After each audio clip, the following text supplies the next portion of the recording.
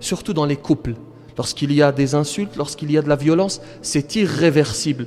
Tu peux très difficilement retourner en arrière. Une fois que la parole est sortie, une fois que le coup est sorti, même si c'est dans la colère, on me dit « mais j'étais en colère ». Évidemment que tu étais en colère.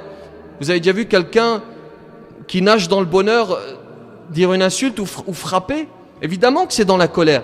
Mais il faut apprendre à se maîtriser. Regardez cet enfant qui se met très souvent en colère. Très colérique. Et le père cherche une solution. Et à un moment donné, il réfléchit, puis il se dit, voilà peut-être la solution. Il donne à cet enfant un sac plein de clous. Il lui dit, vois-tu le jardin, le mur dans le jardin, à chaque fois que tu te mettras en colère, tu vas planter un clou sur ce mur. Et effectivement, c'est ce qu'il va faire. À chaque fois qu'il se met en colère, il va dans le jardin et il plante un clou. Et à un moment donné, il constate physiquement le nombre.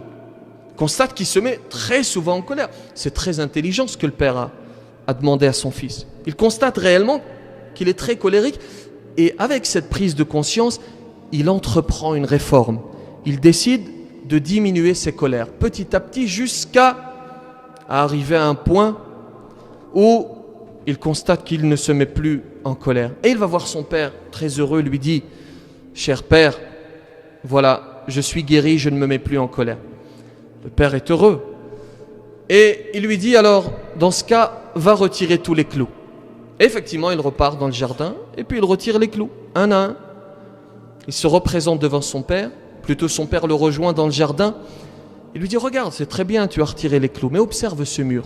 Il manque quelque chose. Le mur est criblé de trous, des orifices partout sur le mur. Il lui dit, voilà.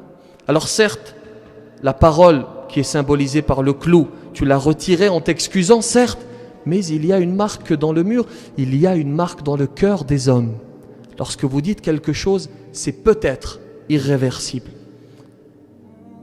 Tu laisses une marque peut-être indélébile dans le cœur des hommes, surtout dans les couples. Il y a un proverbe arabe qui dit « Tu es le maître des paroles que tu n'as pas prononcées et tu deviens esclave des paroles que tu laisses échapper. » Qu'Allah subhanahu wa ta'ala nous accorde de maîtriser nos colères. Assalamu alaikum, alaikum, yeah. Assalamu